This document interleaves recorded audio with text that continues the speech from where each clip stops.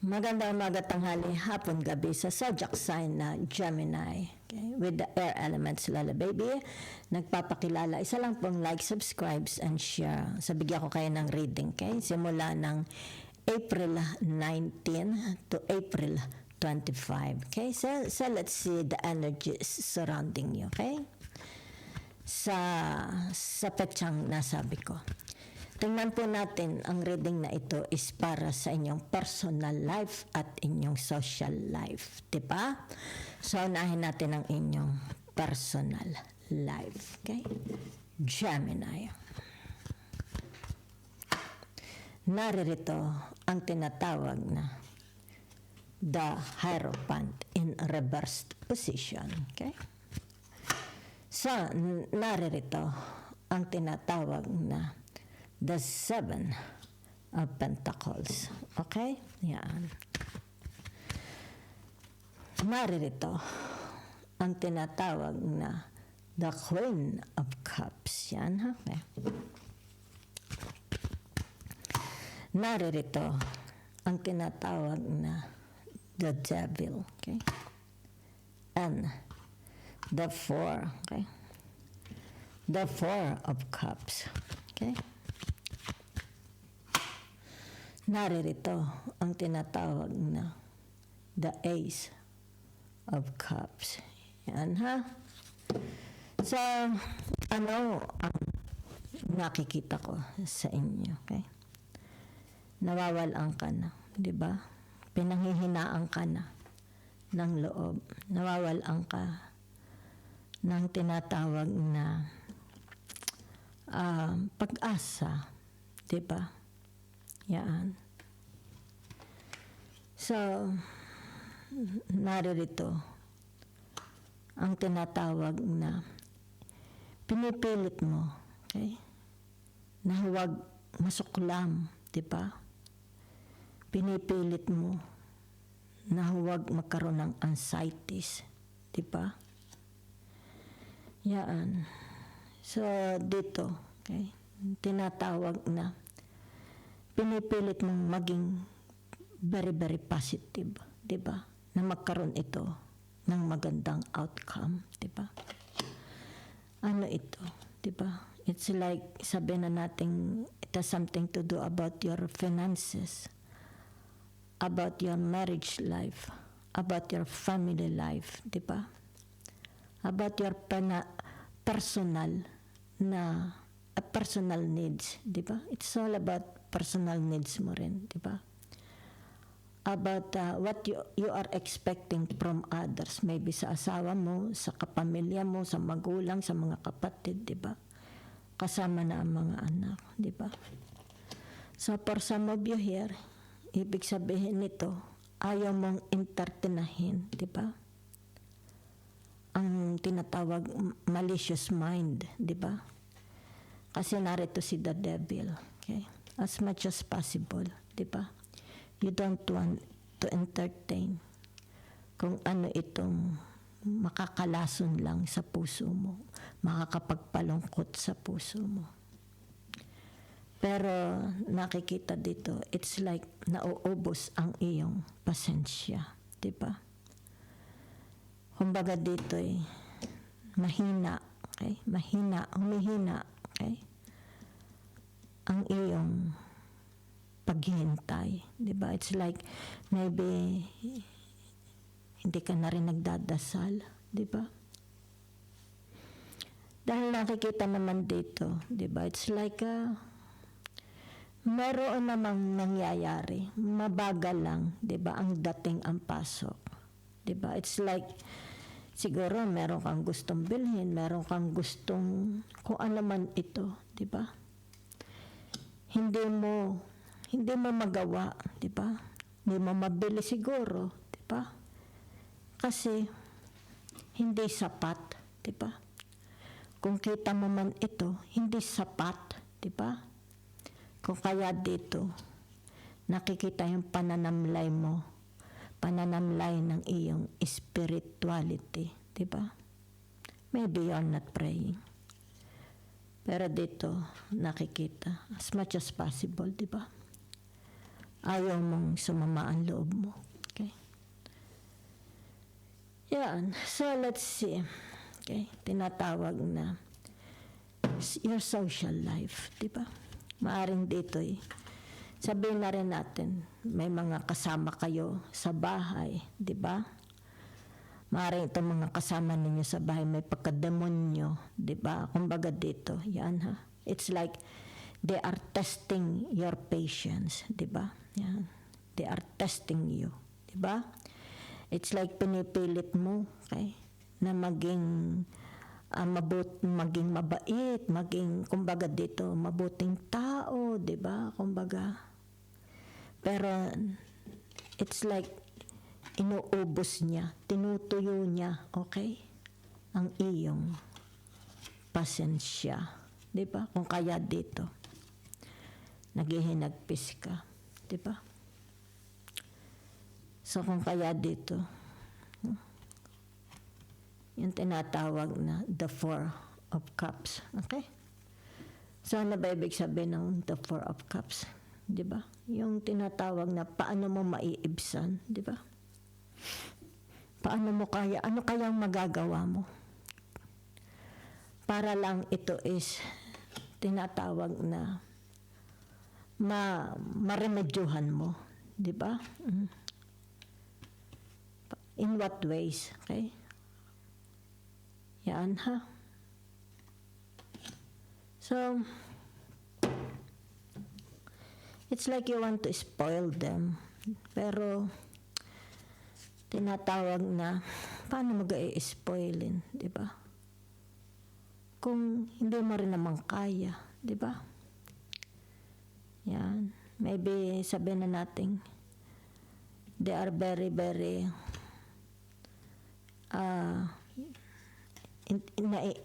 intimidating. Maaaring ini-intimidate nila kayo, di ba? Tinatakot, tinaharas. Maaaring sabihin na natin, it's about their expectation, di ba? Yan, oh. Dito, nakikita yung kalungkutan ninyo, di ba? Okay. So it's always, you love them. You're always thinking of them, di ba? It's like, paano ko kaya mababago, di ba? Paano ko mababago ang aming tahanan, ang aming relationship? Masyado kang worried. You're always worrying, okay? Paano mo mapapasaya, mababago, di ba? Yan. So maybe ito yung nararamdaman mo, okay? Or ito yung mga taong tinatawag na sinusubukan nilang i-drain, okay? Ang iyong strength, di ba? Yan.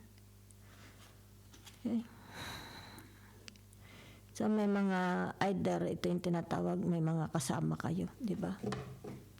That's why nakikita dito your personal life, di ba? Ano ito mga siphayo mo? Okay? Your social life. Gemini. Yan, okay? The King of Cups. Okay? The Two of Wands, di ba? The naka-reverse ang tinatawag na the Ten of Wands, okay? So, naririto ang the Six of Cups. Okay? The Emperor. Okay? Your social life. Okay? Social energy. Your social, this is your personal energy, your social energy. Okay? The Page of Wands. Okay? So, ibig sabihin nito, yung tinatawag na kahit nakatalikod ka, di ba? You know, okay, na kung sino man itong mga kadil ninyo, di ba, mga kausap nyo, maybe at work, di ba? Maybe investment, okay? Kung sino man ito, maaring sabihin na nating mga ibang tao, di ba? So nakikita dito yung tinatawag na you can count on them, di ba? While you are away. Yan ha? Okay. So, ibig sabihin nito, it's about your communication to them. Di ba? It's like at day to day, every day, you are communicating. And it's like sinasabi nilang, everything's under control. Di ba? So, ibig sabihin, dependable sila. It's like ina-update kayo what's going on, di ba? Yan. Halimbawa sa negosyo, sa loob ng bahay, sa pamemera, relationship, investment, di ba? So nakikita dito, panatag ang inyong kalooban. Okay? There is a tinatawag na harmony, okay? Sa relationship nyo sa kanila. Mga dependable people ito, okay? Maaasahan, okay? So naririto ang tinatawag na the 10 of Wands, di ba? So, anong ibig sabihin ng the 10 of Wands na ito? Yung tinatawag na loss. Diba? Merong loss. Yan ha?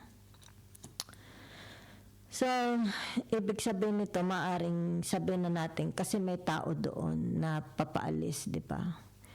Maybe this person cannot perform anymore. Wala na yung tinatawag na hindi na siya effective as a leader, di ba? Yan. Hindi na niya kaya, okay? Kargahin ang buhay. Halimbawa sabihin, magdala ng pera sa loob ng bahay, di ba? Hindi na. Okay?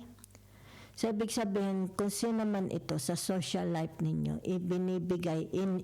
ibinababa na niya ang kanyang tinatawag na corona, okay? Isasalin na niya, di ba? Yan. Maybe it's a legacy, di ba? A business. Maybe sabihin na natin responsibilidad. Yan. Maaring sa inyo, di ba? Yan. Kung sino man ito, di ba? It's like ikaw, sekretary mo, ikaw, employee mo, di ba? Ikaw pa rin ang boss, di ba? It's like ikaw pa rin ang boss, i-update ka nila, di ba? Kasi meron ditong, it's like pagsasalin, isasalin, di ba? Yan. Anong isasalin? Oh, ikaw na ang bahala sa kabukiran, di ba? Hindi na kaya ng health ko, di ba? Kumbaga dito'y mahina na ako. Maybe that's your parents. Maybe maaari din namang ikaw, di ba? Kung sino itong re-rescue, it's like isasalin, di ba? Yan. Tinatawag na ano tawag dito? Magmamana. Yan. Para siya ang tinatawag na mag-alaga. Diba? It's like, ay, ikaw nang bahala sa ating tindahan. Ikaw nang bahala sa ating bahay. Diba? O, pagka may mga sira, ikaw na rin ang bahala. Kasi may papaalis na. Yan. Kaya dito may loss. Okay? Ibig sabihin hindi na siya effective. Yan. So, ibig sabihin nitong tinatawag na the emperor, di ba? Yan. It's more about, kahit siya kita mo naman may edad, di ba? May edad. Yan. Maaring sabihin na nating tinatawag na kahit siya is may edad, meron pa rin siyang, it's about their superiority, di ba? Yan, superiority. Sabihin na natin hindi na nila kayang maglakad, di ba? Kasi may bakal ang paa. Maaring sabihin na natin ano na yung tuhod niya, naoperahan na, nilagyan ng bakal, di ba? Pero sa pamamahala, it's like nasa pamamahala siya di ba? Tinatawag na updated siya, okay? Kasi narito ang Page of Wands. Updated. Itong the emperor na ito is updated, okay, sa mga nangyayari. Yan, halimbawa sa negosyo, di ba? Yan, updated, okay? Ibig sabihin niyan, yung tinatawag na their rulership, leadership, di ba? Yan. Tinatawag na kahit sila is hindi na very, very active. Diba? It's like nakaupo, maaring nasa wheelchair ito. Diba? Yan. Pero updated sila sa mga nangyayari sa mga kapaligiran nila. Maybe sa family nila, sa social life nila, di ba? Yan. Maybe yung tinatawag na everyday they are looking, okay? Checking their email, di ba? Their telephone, di ba? Very, very updated ang tao na ito. So, ang nakikita ko dito is tinatawag sa personal life ninyo, di ba? May mga taong mahirap i-please, okay? Maybe a member of the family, maybe your parents, your asawa, di ba? Mga kapatid. Mahirap i-please, okay? So, nakikita din dito yung inyong tinatawag pagkadismayado, di ba? Yan. Nakikita rin dito yung tinatawag na nawawalan ka na, okay? Bumababa na yung iyong tinatawag na spirituality. Maybe you're not praying anymore. That's what I see, okay? Yan. Kumbaga dito yung tinatawag na nauubos ang iyong pasensya. Diba? Okay. So, dito naman sa inyong tinatawag na social life, diba? It's like attending. Kung ano ito, it's like a legacy or magpapatuloy siya, magpapatuloy, diba? Ng pamamahala. Ito nakikita ko. Maaring properties, business, investment, kabukiran, di ba? Yan. Whatever is this, trabaho, family, di ba? Family properties. Kung sino ito. Okay? Nakikita naman dito updated. Okay? So, nakikita dito yung tinatawag nila na duty and responsibilities, di ba? Thank you very much.